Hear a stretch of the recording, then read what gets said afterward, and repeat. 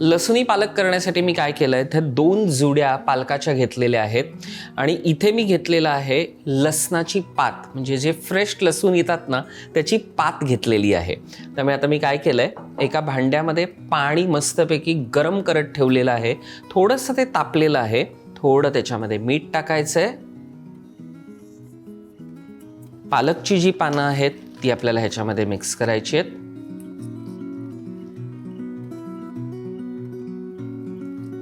आणि आता आपण ज्या लसणाची पात घेतली आहे ना, जे फ्रेश लसूण येतात त्याची ही पात आहे, तीही आपल्याला ह्याच्यामध्ये मिक्स करायची. साधारण 1 जुडी मी लसूण आणि लसणाची पात घेतली होती.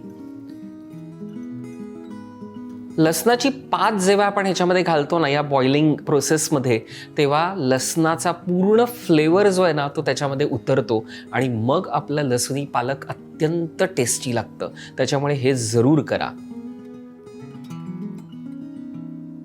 पालक आणि लसणाची जी पात होती ना ती मस्त त्याचा फ्लेवर सुटलेला आहे.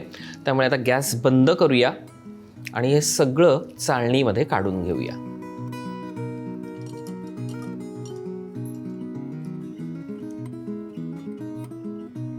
हे छान ह्याच्यामध्ये काढलं किंवा आपल्याला थंड बर्फाचं पाणी घ्यायचं आणि त्याच्यावरती ड्रेन करायचं.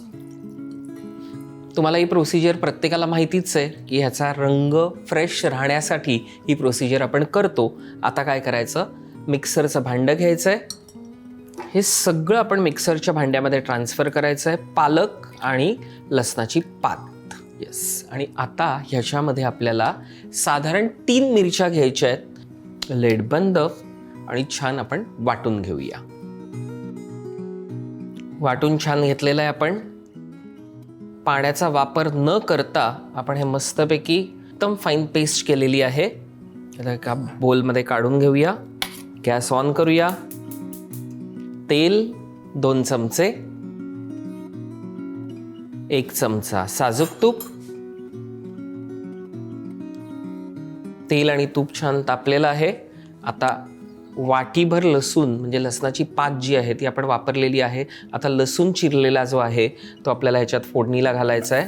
थोडासा ठेवायचा आहे शेवटी तडका द्यायला. लाल मिरच्या आहेत, बेडगी मिरच्या, त्या मी 2 चिरून घेतल्या आहेत, त्याही फोडणीला देऊया. बेसनाचं पीठ आहे, म्हणजे चण्याचं पीठ आहे, ते 1 मोठा चमचा आपल्याला त्याच्यात घालायचं आहे आणि हे सगळं छान मिक्स करून घेऊया.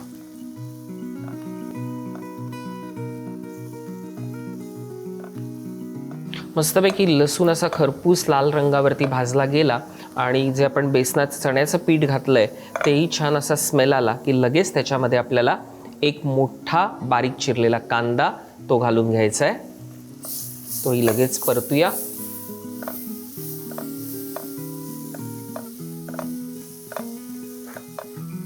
आता त्याच्यामध्ये टोमॅटो, मी अगदी छोटा एक बारीक टोमॅटो घेतलाय. पुन्हा मिक्स करूया.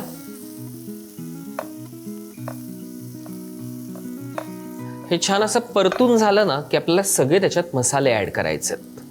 हळद पाव टीस्पून, लाल मिरची पावडर पाव टीस्पून,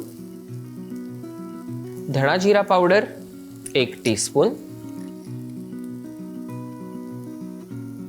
गरम मसाला अर्धा टीस्पून,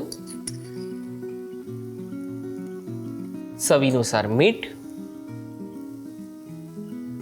इथे थोडंसं मीठ कमी वापरायचं आहे कारण मगाशी जेव्हा आपण पालक आणि लसणाची पात ब्लांच केली होती तेव्हा मिठाचा वापर केला होता. पुन्हा मिक्स करूया.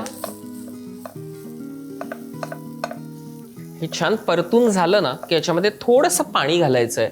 पण मी काय केलंय, मगाशी मिक्सरमधनं जेव्हा आपण ही पेस्ट काढली होती त्याच्यातच थोडं पाणी घातलं होतं आणि ते मिक्स करून घेतलंय. त्याच्यातलं थोडं पाणी ह्याच्यात आत्ता घालूया. आणि पाणी घातल्या घातल्या स्पॅच्युलानी ना हे पूर्ण एकजीव मिश्रण करून घ्यायचंय. हे मस्त मिक्स झालं ना की मगाशी आपण पालक आणि लसणाच्या पातीची जी पेस्ट करून घेतली होती ती आता मिक्स करून घेऊया.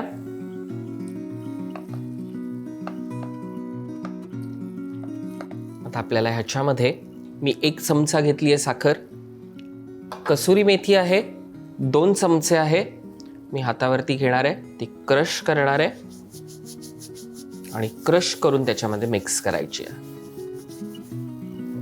गरम मसाला अगदी पाव चमचा, लिंबू अर्ध हे त्याच्यात पिळायचं आहे, लिंबू, त्याच्यानंतर बारीक चिरलेली कोथिंबीर.